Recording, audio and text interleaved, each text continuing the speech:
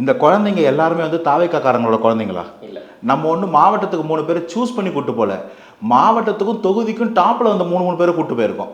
அந்த குழந்தைங்களோட ஃபேமிலி திமுகவாக இருக்கலாம், அதிமுகவாக இருக்கலாம், பாஜகவாக இருக்கலாம், காங்கிரஸாக இருக்கலாம், வாய்ப்பு இருக்கு இல்லைங்களா?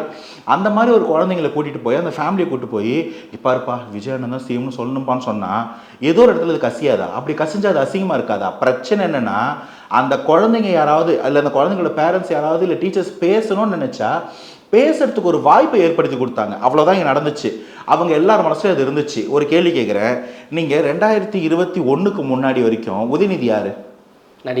நடிகர்னா செகண்ட் லெவல் தேர்ட் லெவலில் இருந்த ஒரு நடிகர்.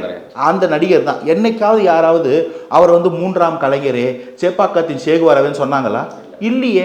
அப்போ அவர் 2021 திடீர்னு திமுக சீட்டு கொடுக்குது, சேப்பாக்கத்தில் நிற்கிறாரு, எதிரில் டம்மி கேண்டிடேட்டு, ஜெயிக்கிறாரு, ஜெயிச்ச 1.5 வருஷத்தில் மினிஸ்டர் ஆகிறார், அடுத்த 1.5 வருஷத்துக்கு துணை முதல்வரே ஆகும்போது இன்னைக்கு சொல்கிறீங்க சேப்பாக்கத்தின் சேகுவராவே, துணை முதல்வரே, வருங்காலமே எது லொட்டு லொஸ்க்குன்னு சொல்கிறீங்க. நான் கேட்கலாம்ல 2015-16 ஏன் இதை சொல்லலைன்னு? ஏன் சொல்லலைன்னா அன்னைக்கு அவர் அரசியலுக்குள்ளவே இல்லை. அவர் அப்படி பார்க்கக்கூடிய கண்ணோட்டம் அவங்க கட்சிக்காரங்களுக்கே இல்லை.